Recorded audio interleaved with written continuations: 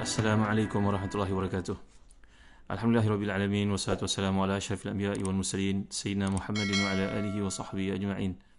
Allahumma salli wa sallim wa barik ala Muhammad wa ala ali Muhammad kama sallaita wa sallamta wa barakta ala Ibrahim wa ala ali Ibrahim fil alamin innaka Hamidum Majid. Amma ba'd. Tuan-tuan dan puan yang dirahmati dan dikasihi, syukur pada Allah kerana kesempatan yang diberikan untuk kita memahami Al-Quran. Dan pada kali ini, selepas kita mulakan sedikit daripada surah Yasin, lanjutannya, iaitu firman Allah SWT dalam surah yang mulia ini, Bismillahirrahmanirrahim. Yasin wal Qur'anil Hakim, innaka laminal mursalin, ala siratim mustaqim. Sadaqallahul azim. Yasin, demi Al-Quran yang penuh dengan hikmah, sungguhnya kamu merupakan seorang daripada Rasul-Rasul Allah yang berada di atas jalan yang lurus. Kalau kita melihat dalam kitab-kitab tafsir, maka sebagai contohnya tafsir Ibn Jarir Tabari, dan menerangkan bahawa daripada Ibn Abbas, Yasin ini merupakan satu sumpah yang dipakai oleh Allah SWT. Menurut riwayat itu, kalimat ini merupakan salah satu daripada nama-nama Allah. Qatadah pula berkata, ia merupakan salah satu daripada nama Al-Quran. Dalam tafsir Al-Imam Syaukani, tafsir Fathul Qadir, beliau menceritakan pendapat daripada Khalil dan juga Sibawai, Yasin ini merupakan semata-mata nama daripada satu surah daripada Al-Quran. Salah satu riwayat daripada Sa'id bin Jubair daripada beberapa ulama yang lain bahawa Yasin merupakan salah satu daripada nama Nabi SAW. Ini juga disebut oleh Al-Imam Al-Mawardi dalam An-Nukat wal-Uyun. Abu Bakar Al-Waraq pula mengatakan bahawa Yasin ini bermaksud wahai penghulu segala manusia, sekalian manusia. Seperti disebut Zamakhsyari, mungkin ada kiraat daripada bangsa Tai, iaitu satu kabilah Arab yang menyebut perkataan insan sebagai isan. Dan kalau insan, jamaknya, sirah tasghirnya itu unaisin. Kalau isan, uyaisin. Ini kalau kita belajar dalam bab tasghir. Wallahu alam. Jadi akhirnya diringkaskan menjadi Yasin. Ini merupakan pendapat yang dikemukakan daripada Ikrimah, Dhahak, Hasan Basri, Sufyan Uyainah, Sa'id bin Jubair, ataupun disebut juga oleh Imam Az-Zamakhsyari dalam Al-Kashaf bahawa ia merujuk kepada bahasa Habsyi yang maksud Yasin. Mungkin pendapat ini adalah berasaskan kepada pandangan seperti disebut oleh Al-Imam Syaukani juga menyatakannya dalam Fathul Qadir, bahawa kemungkinan orang-orang Afrika itu memanggil dengan nama Yasin berarti Ya Rajul. Seperti contohnya orang-orang di Sudan memanggil wahai laki Ya Rajul dengan Ya Zul.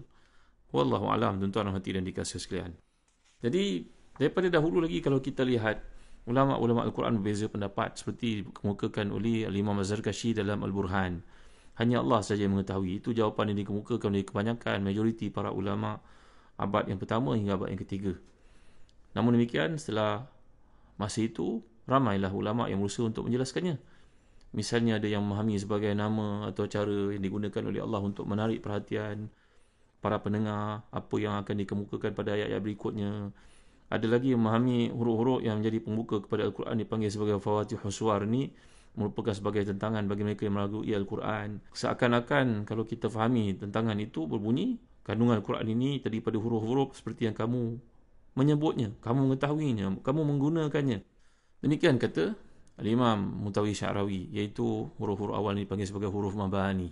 Di sana ada huruf ma'ani, tapi ini perkataan-perkataan yang digunakan yang Allah SWT gunakan, seperti 14 huruf yang terdapat pada awal-awal surah tertentu yang diringkaskan kata Imam Az-Zarkashi contohnya, iaitu Nasun karimun qat'iyun lahu sir.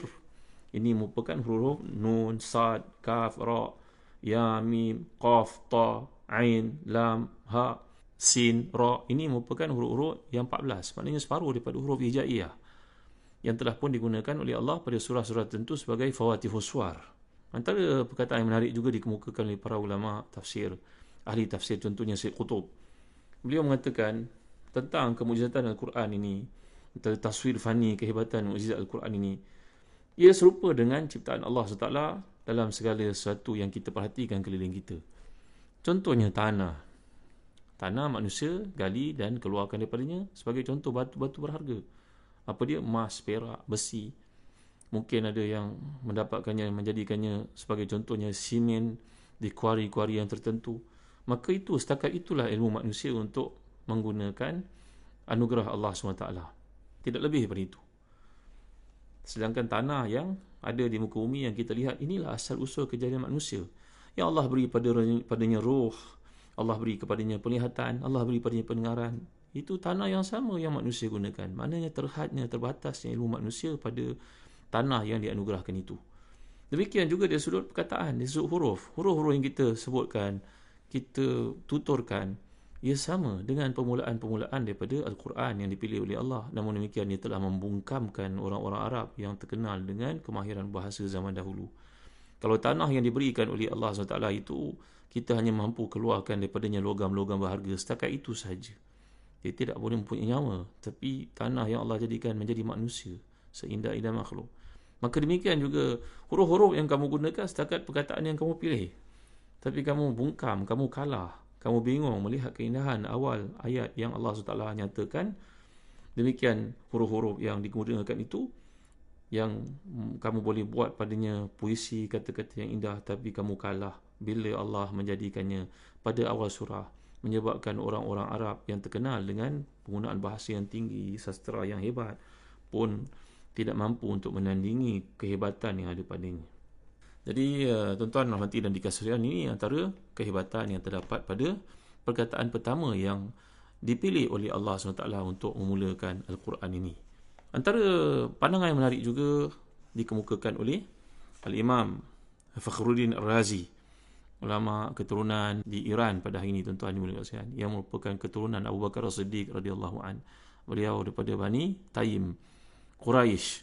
Ini Al-Imam Fakhruddin Ar-Razi, seorang ulama yang terkemuka, dapat ilmu daripada ayahandanya. Dan kalau kita membaca kitab tafsirnya Mafatihul Ghaib itu, beliau menjelaskan bahawa sebenarnya ketahui olehmu ibadah ni ada dua bentuk, iaitu ada ibadah yang bersifat hati, ada ibadah yang bersifat zahir. Ada ibadah, kalau nak dihuraikan lebih lanjut, ada ibadah bersifat hati, ada ibadah bersifat lidah, ada ibadah bersifat tubuh. Dan setiap daripada ibadah itu mempunyai zahirnya dan hakikatnya, yang kita fahami, yang kita dapat lihat, dan ada yang kita tidak faham. Contohnya, ibadah hati ini kadang-kadang sangat jauh daripada perkara yang meragukan kita. Tentang contohnya, bagi orang beriman, Allah Ta'ala menceritakan kepada kita as-sirat al-mustaqim. Kita tahu benda ini merupakan satu keyakinan yang ada dalam fikiran kita.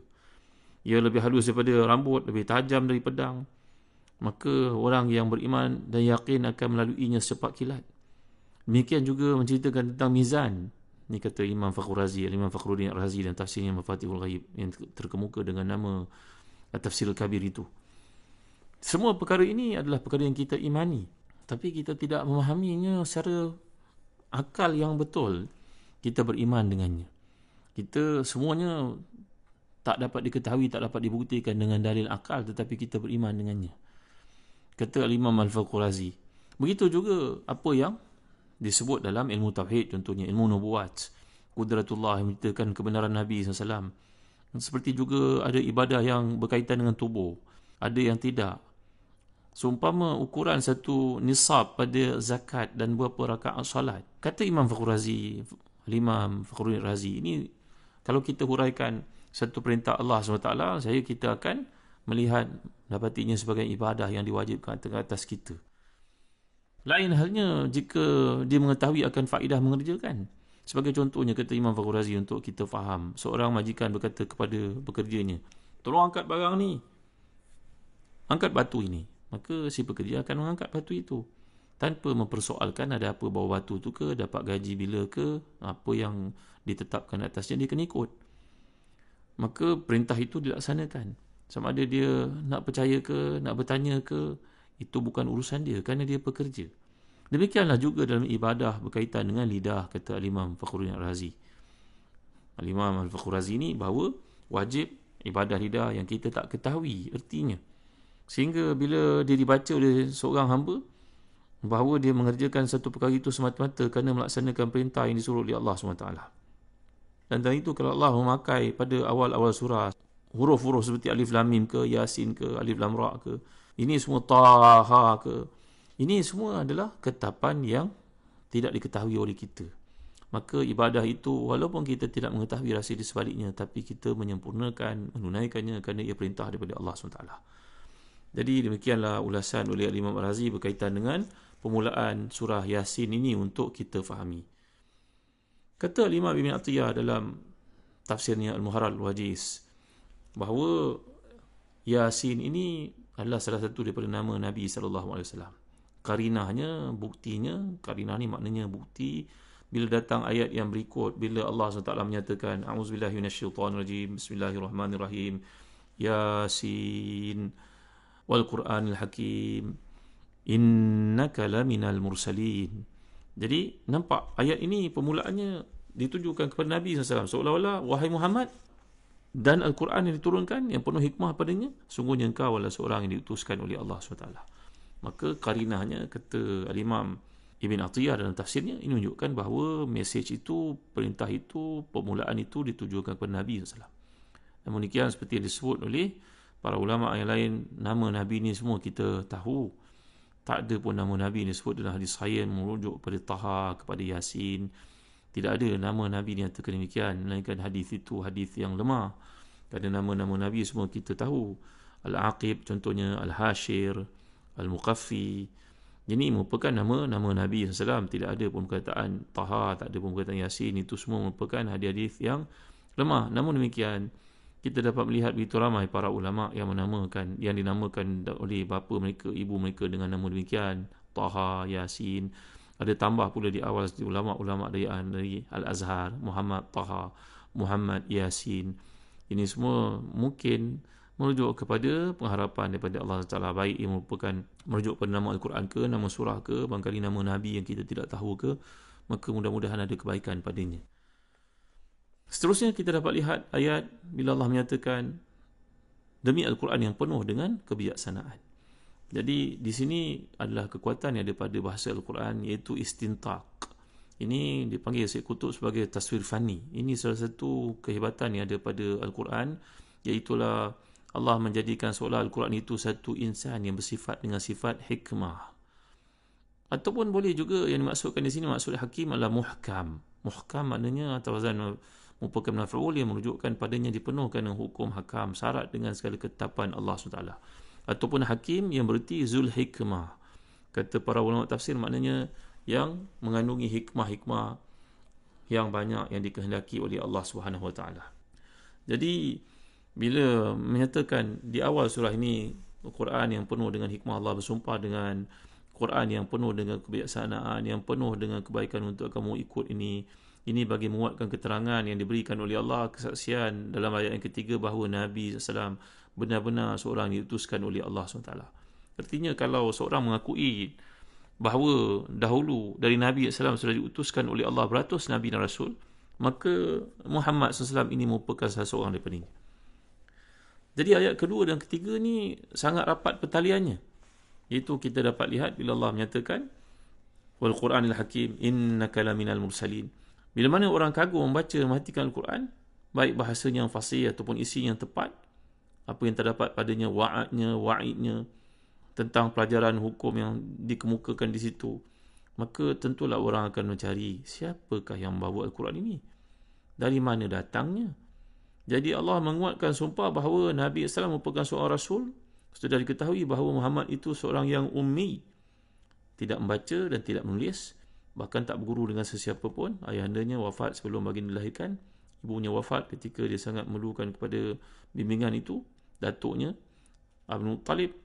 Maka semua insan yang mempunyai pengaruh dalam kehidupan seseorang telah tiada di sisi. Maka ayat ini, kesanggupan, kehebatan Nabi menyampaikan ayat Quran itu jelas bahawa baginda merupakan seorang Rasul yang diutuskan oleh Allah SWT. Mudah-mudahan apa yang disampaikan ini memberi kefahaman kepada kita. InsyaAllah kita akan sambung pada kuliah akan datang. Wallahu a'lam. Wassallallahu ala sayyidina Muhammad wa ala alihi wa sahbihi wasallam. Walhamdulillahirabbil alamin. Barakallahu fikum.